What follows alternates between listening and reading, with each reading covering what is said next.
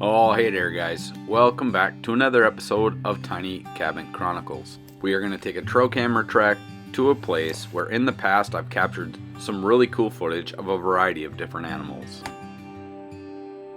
We are going to rock some breakfast on the camp shaft. Bacon and eggs is on the menu. We are going to haul some firewood and split some kindling. There's a cold front on the way and I want to be ready for it. 3 degrees inside, 42 outside. My little electric heater didn't want to run all night. Something happened to it. It's just a cheapo from Menards.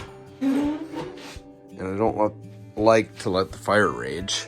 So I kind of choked it off. Well, I choked it off just a little too much. So we got to get this thing going and warm it up in here a little.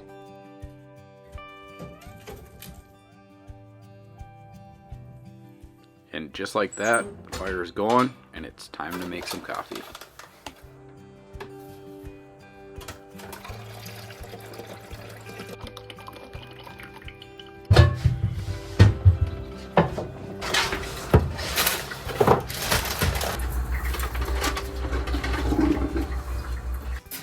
Breakfast always seems to taste a little better at camp.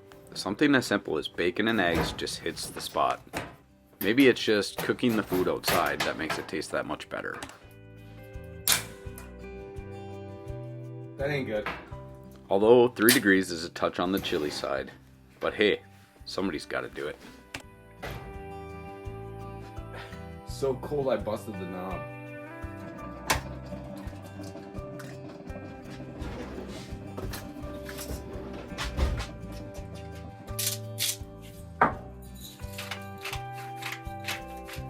Bacon's out there sizzling away.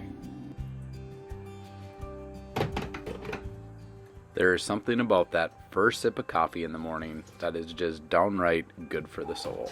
Then add the smell of bacon sizzling away out on the deck, and then you got yourself a situation.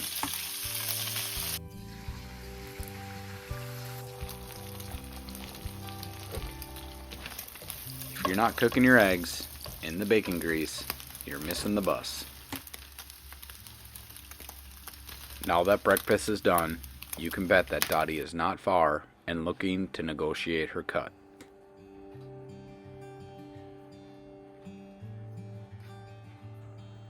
Got the fire going, breakfast cooked, coffee made. We're right back in the ball game. 61, 5 degrees outside. We have some cold weather coming up, so getting the cabin stocked with firewood and kindling is on the top of the chore list today. That's not going to hurt my feelings because you'd be hard pressed to find something more fun than messing around with firewood in the wintertime. Well, maybe running trail cameras or crappie fishing, but we'll get to that soon. The space I have for firewood is working okay. However, in the future, I would like to make the space more user-friendly when stocking up. It's kind of cumbersome and a little bit messy. If you have any ideas, shoot them my way. I'd love to hear them. The kindling pieces I have are just leftover cuts from the woodshed and outhouse build. Mainly red pine and balsam, which makes great kindling in my opinion. There's about 1 billion squirrels on this property, so Dottie is always on the lookout.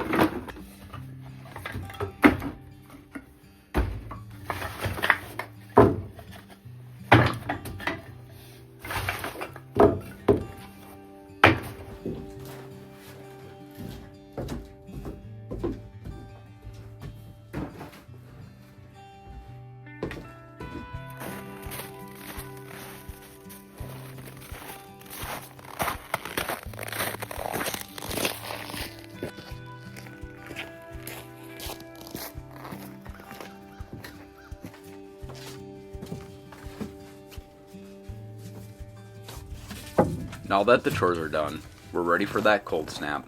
It's time to take a hike back to an old beaver dam where two big spruce swamps come together.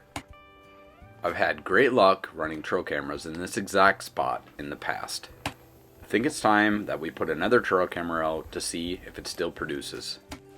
I'm guessing it will. In this spot, 3 habitats come together and they all meet at this beaver dam. To the west, a big spruce swamp is split by a small river. To the east, a hardwood ridge runs directly into the marsh that the beavers have created.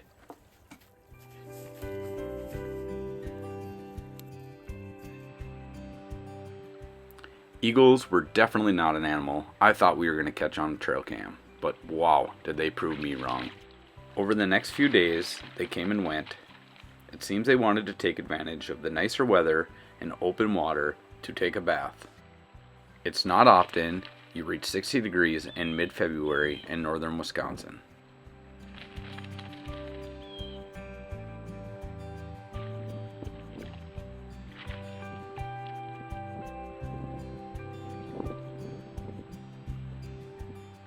I thought maybe this eagle was trying to catch something, maybe a fish or a frog, but turns out it was just going for a dip.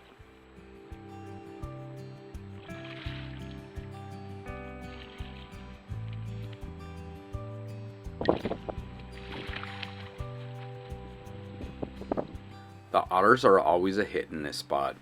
Every time I visit, there's always plenty of empty clamshells left over from past meals.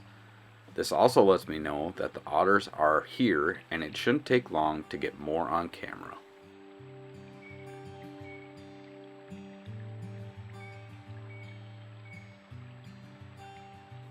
In 1975, wolves began to move to northern Wisconsin from Minnesota. And in 1979, the Wisconsin DNR figured there was 5 wolf packs in 2 Wisconsin counties. Growing up, it was a special day when you seen or heard of a wolf being seen. Now wolves have made a comeback and are doing very well. It is common to hear about wolf sightings, and in my travels, I typically cross paths with a couple wolves a year.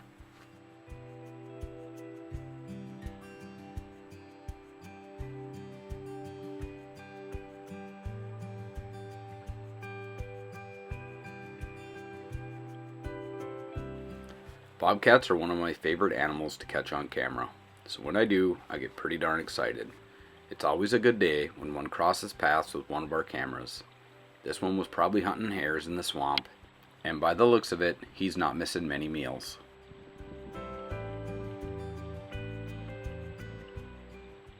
As always, thanks for watching, and we'll catch you on the next one.